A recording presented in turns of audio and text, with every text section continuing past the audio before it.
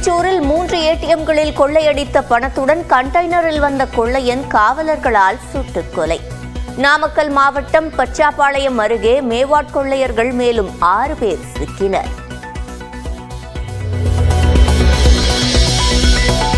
நாமக்கல் அருகே காவல்துறையினரை தாக்கிவிட்டு தப்பியோட முயன்ற கொள்ளையன் அஸ்ரலி துப்பாக்கிச் சூட்டில் காயம். மேல் சிகிச்சைக்காக கோவை அரசு மருத்துவமனையில் அனுமதி. கண்டெய்னரில் வந்த கொள்ளையர்களை பிடிக்க உதவிய பொதுமக்கள்.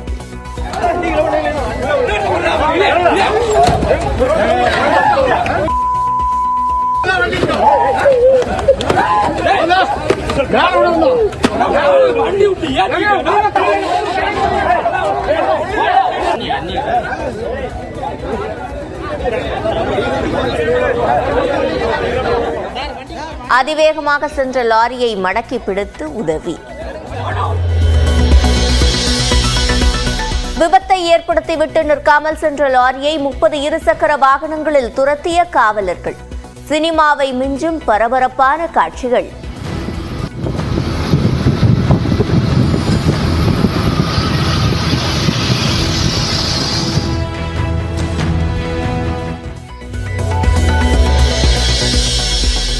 ஹரியானாவிலிருந்து கண்டெய்னரில் சரக்குகளை ஏற்றி வந்துவிட்டு ஏடிஎம் பணத்தை கொள்ளையடித்து செல்வது கொள்ளையர்களின் வழக்கம்.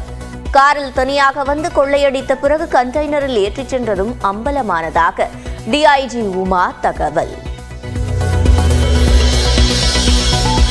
கூகுள் மேப் மூலம் ஏடிஎம் மையங்களை அடையாளம் காணும் கொள்ளையர்கள். அடிக்கடி பணம் நிரப்பப்படுவதால் எஸ்பிஐ வங்கி ஏடிஎம்களில் மட்டும் கொள்ளையடிப்பதாகவும் டிஐஜி உமா விளக்கம். ஏடிஎம்ல இருக்கக்கூடிய பணங்கள் பர்டிகுலரா அவங்க என்ன சொல்றாங்க அப்படின்னா, எஸ்பிஐ ஏடிஎம்ல எப்பவுமே பணம் லோட் பண்ணிட்டே இருப்பாங்க, நிறைய பணம் அங்கதான் அதிகமா லோட் பண்ணுவாங்க, அதனால எஸ்பிஐ ஏடிஎம் இவங்க டார்கெட் பண்றாங்க. நாமக்கல்லில் வந்து ஆய்வு நடத்திய திருச்சூர் காவல் ஆய்வாளர் ஜிஜோ. ஏடிஎம் கொள்ளை கும்பலை தமிழ்நாடு போலீசார் பிடித்ததற்கு பாராட்டு.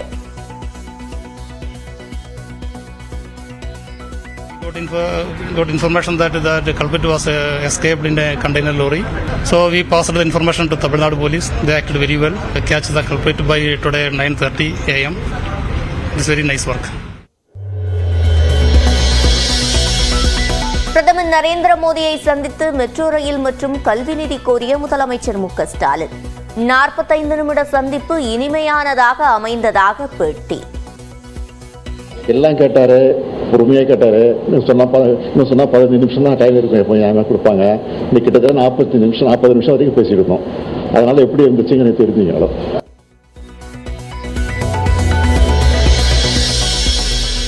சென்னை விமான நிலையத்தில் முதலமைச்சர் மு.க. ஸ்டாலினுடன் செந்தில் பாலாஜி சந்திப்பு. காலில் விழுந்து வணங்கிய செந்தில் பாலாஜியை ஆற தழுவிய முதல்வர்.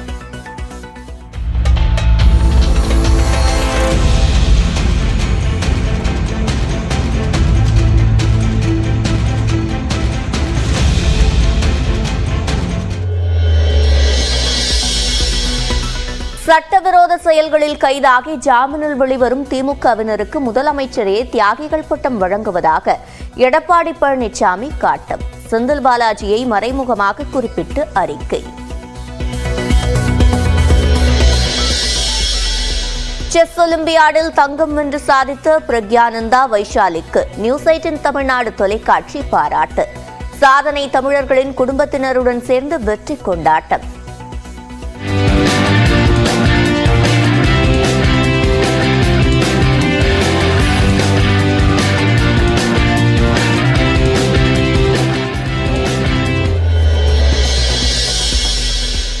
சென்னையில் தவறவிட்ட செஸ் ஒலிம்பியாட் தங்கத்தை ஹங்கேரியில் கைப்பற்றியது மகிழ்ச்சி. வெற்றி கொண்டாட்டம் தருணம் குறித்து நியூஸ் 18 தமிழ்நாடு ஆசிரியர் கார்த்திகை செல்வனிடம் பகிர்ந்து கொண்ட வைஷாலி பிரக்யானந்தா. அதான் போன ஒலிம்பியாடில் 2 பேரும் பிரான்ஸ் போடியமில் இருந்தோம் ஒன்றா. இப்போ அது கோல்டு போடியமில் நிற்கும் போது ஒரு பெருமையாக இருந்துச்சு. அண்டு அம்மா 3 பேரும் சேர்ந்து ஃபோட்டோ எடுத்துட்டோம். அது திரும்ப பார்த்தீங்களா வந்துட்டு அந்த விஷுவல்? நான் நிறைய வாட்டி அம்மாவும் நானும் சேர்ந்து பார்த்துட்டோம். அந்த வீடியோ அவ்வளோ அழகாக இருந்துச்சு. 2 பேரும் ஃப்ளாகில் பண்ணிட்டு கப் அண்ட் மெடல் வச்சுட்டு இருந்தது. ராணிப்பேட்டை அருகே டாடாவின் ஜாக்வார் லேண்ட் ரோவர் கார் உற்பத்தி ஆலைக்கு இன்று அடிக்கல் நாட்டுகிறார் முதலமைச்சர் மு.க. ஸ்டாலின். சுமார் 20,000 பேருக்கு வேலை கிடைக்க வாய்ப்பு.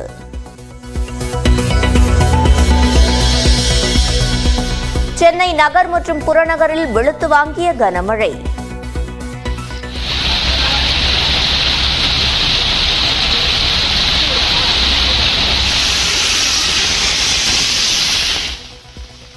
சேலம், விருதுநகர், கோவை உள்ளிட்ட மாவட்டங்களிலும் மழை பெய்ததால் மக்கள் மகிழ்ச்சி.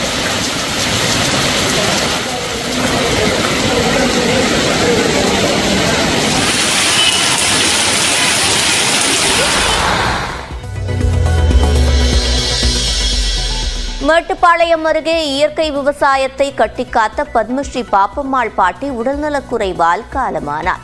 பிரதமர் மோடி, முதலமைச்சர் மு.க.ஸ்டாலின் உள்ளிட்டோர் ஆழ்ந்த இரங்கல். காஞ்சிபுரத்தில் இன்று திமுக பவள விழா பொதுக்கூட்டம். முதலமைச்சர் மு.க.ஸ்டாலின், விசிக தலைவர் திருமாவளவன் உள்ளிட்ட கூட்டணி கட்சித் தலைவர்கள் பங்கேற்கின்றனர். வீடு ஒதுக்கீட்டில் முறைகேடு செய்ததாக கர்நாடக முதலமைச்சர் சித்தராமையா மீது வழக்கு பதிவு.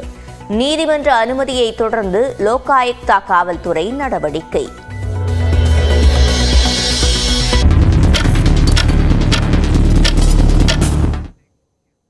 பிரதமர் நரேந்திர மோடியை சந்தித்த முதலமைச்சர் மு.க.ஸ்டாலின் 3 முக்கிய கோரிக்கைகளை முன்வைத்தார். பிரதமர் மோடியுடனான சந்திப்பு இனிமையாக இருந்ததாகவும் இச்சந்திப்பை பயனுள்ள சந்திப்பாக மாற்றுவது பிரதமரின் கைகளில்தான் உள்ளதாகவும் முதலமைச்சர் மு.க.ஸ்டாலின் தெரிவித்தார்.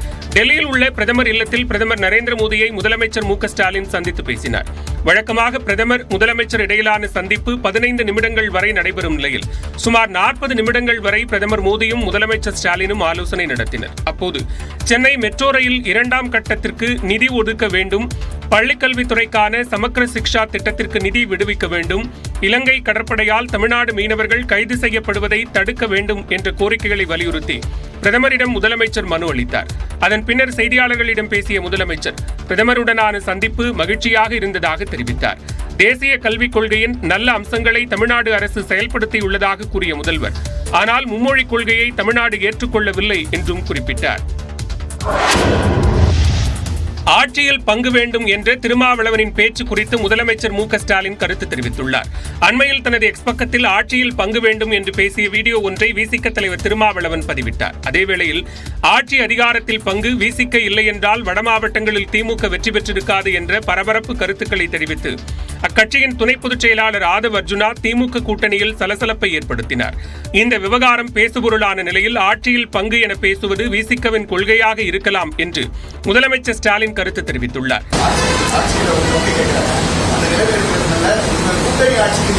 யாரு கேட்குறா? இல்லை, யாரு கேட்டாங்க, யாரு கேட்குறான்னு சொல்றீங்களோ அவங்களே வந்து விளக்கம் கொடுத்துருக்குறாங்க.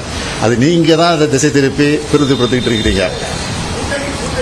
இல்லை, அது அவங்க கொள்கையா இருக்கலாம், அது தொடர்ந்து சொல்லிக்கிட்டு இருக்கிறாங்க, இது புதுசா சொல்லல. தனது பேச்சுக்கு திருமாவளவனே விளக்கம் அளித்து விட்டதாகவும் முதலமைச்சர் குறிப்பிட்டார். செந்தில் பாலாஜி சட்ட ரீதியாக போராடி வழக்கிலிருந்து விடுதலை பெறுவார் என்று முதலமைச்சர் மு.க.ஸ்டாலின் நம்பிக்கை தெரிவித்துள்ளார். உச்சநீதிமன்றம் ஜாமீன் வழங்கியதை அடுத்து செந்தில் பாலாஜி வியாழக்கிழமை மாலை சென்னை புழல் சிறையிலிருந்து வெளியே வந்தார். இந்த நிலையில் டெல்லியில் செய்தியாளர்களிடம் பேசிய முதல்வர் ஸ்டாலின் செந்தில் பாலாஜி துணிவுடன் வழக்கை எதிர்கொண்டதாக கூறினார். துணிச்சலோடு இருந்திருக்கிறாரு, அவருடைய துணிவை நாங்கள் பாராட்டுறோம். நிச்சயமாக வரக்கூடிய காலகட்டத்தில் நீதிமன்றத்தில் நீதியாக போராடி அவர் விடுதலை பெறுவார் நம்பிக்கை எங்களுக்கு இருக்கு, அவருக்கும் இருக்கு. இதனிடையே மருத்துவ ஆலோசனை தேவைப்படுவதால் தனக்கு இதய அறுவை சிகிச்சை செய்த மருத்துவரை சந்திக்க செந்தில் பாலாஜி தரப்பில் அனுமதி கேட்டிருப்பதாக கூறப்படுகிறது. பிரதமர் மோடிக்கு முதலமைச்சர் மு.க.ஸ்டாலின் வழங்கிய பரிசு பெட்டகம் கவனம் பெற்றுள்ளது. டெல்லியில் 40 நிமிடங்கள் நடைபெற்ற சந்திப்பின் போது தமிழ்நாட்டின் பாரம்பரியத்தை பறைசாற்றும் விதமாக தடம் பெட்டகத்தை முதலமைச்சர் மு.க.ஸ்டாலின் பிரதமர் மோடிக்கு பரிசளித்தார். அதில் நெல்லை மற்றும் கன்னியாகுமரி மாவட்டத்தில் விளையும் தரமான வாழை நார்களை கொண்டு கலைத்திறனுடன் பெண்கள் வடிவமைத்த வாழை நார் கூடைகள் இடம்பெற்றிருந்தன. மென்மையான பனை ஓலைகளை கொண்டு தயாரிக்கப்பட்ட பெட்டியும் தடம் பெட்டகத்தில் இருந்தது. விழுப்புரத்தைச் சேர்ந்த டெரகோட்டா குதிரை சிற்பங்கள், கும்பகோணத்தில் இருந்து பித்தளை விளக்கு, நீலகிரியில் இருந்து தோடர் பழங்குடியினரின் எம்ப்ராய்டரி சால்வை, பவானி ஜமுக்காலம் ஆகிய பொருட்களும் இடம்பெற்றிருந்தன. ஸ்டார்ட் அப் தமிழ்நாடு என்ற திட்டத்தின் கீழ் தமிழ்நாட்டின் கைவினை கலைஞர்களால் உருவான பொருட்களே முதல்வர் பிரதமருக்கு வழங்கிய தடம் பெட்டகத்தில் இடம்பெற்றன. டெல்லி சென்ற முதலமைச்சர் மு.க.ஸ்டாலின் காங்கிரஸ் மூத்த தலைவர் சோனியா காந்தியை சந்தித்தார். நாடாளுமன்ற திமுக குழு தலைவர் கனிமொழி, மக்களவை திமுக குழு தலைவர் டி.ஆர். பாலு, மாநிலங்களவை திமுக குழு தலைவர் திருச்சி சிவா ஆகியோரும் முதலமைச்சருடன் சென்றனர். முதலமைச்சர் ஸ்டாலின் மரியாதை நிமித்தமாக சோனியா காந்தியை சந்தித்ததாக தெரிவிக்கப்பட்டுள்ளது. இதனையடுத்து மறைந்த மார்க்சிஸ்ட் கம்யூனிஸ்ட் கட்சியின் பொதுச் செயலாளர் சீதாராம் யெச்சூரியின் வீட்டிற்கு சென்ற முதலமைச்சர் மு.க.ஸ்டாலின் அவரது படத்திற்கு மலர் தூவி அஞ்சலி செலுத்தினார்.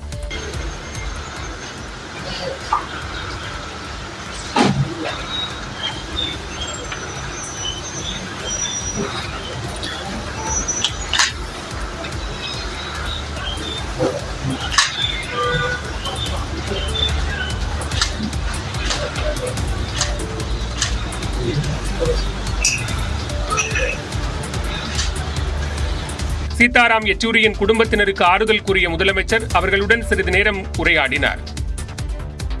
சென்னை திரும்பிய முதலமைச்சர் மு.க.ஸ்டாலினின் காலில் விழுந்து செந்தில் பாலாஜி வணங்கினார்.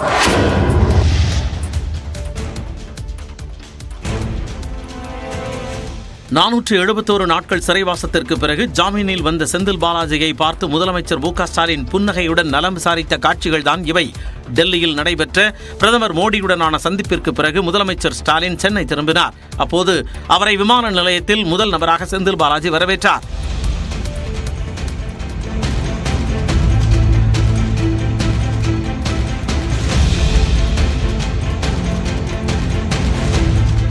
தொடர்ந்து மூத்த அமைச்சர்கள் உள்ளிட்டோர் முதல்வரை வரவேற்றனர். அதன் பிறகு விமான நிலையத்தில் இருக்கும் ஓய்வறையில் செந்தில் பாலாஜியுடன் முதலமைச்சர் மு.க.ஸ்டாலின் ஆலோசனை நடத்தினார். அப்போது முதல்வரிடம் செந்தில் பாலாஜி வாழ்த்து பெற்றார். அமைச்சர் உதயநிதி ஸ்டாலினுக்கு வாழ்நாளுக்கும் கடமைப்பட்டிருப்பதாக முன்னாள் அமைச்சர் செந்தில் பாலாஜி கூறியுள்ளார். உச்சநீதிமன்றத்தின் உத்தரவை அடுத்து செந்தில் பாலாஜி புழல் சிறையிலிருந்து வியாழக்கிழமை வெளியே வந்தார்.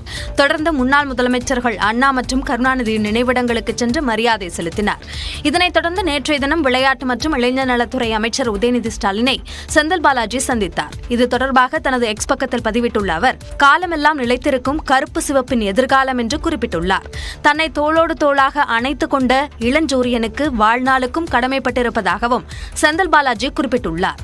இதேபோல முதலமைச்சர் மு.க.ஸ்டாலினை குறிப்பிட்டு பதிவிட்டுள்ள செந்தில் பாலாஜி, தாயுமானவராக தன்னை தாங்கியதாகவும் தனது உயிர் முதல்வரின் காலடியில் சமர்ப்பணம் என்றும் நெகிழ்ச்சியுடன் கூறியுள்ளார்.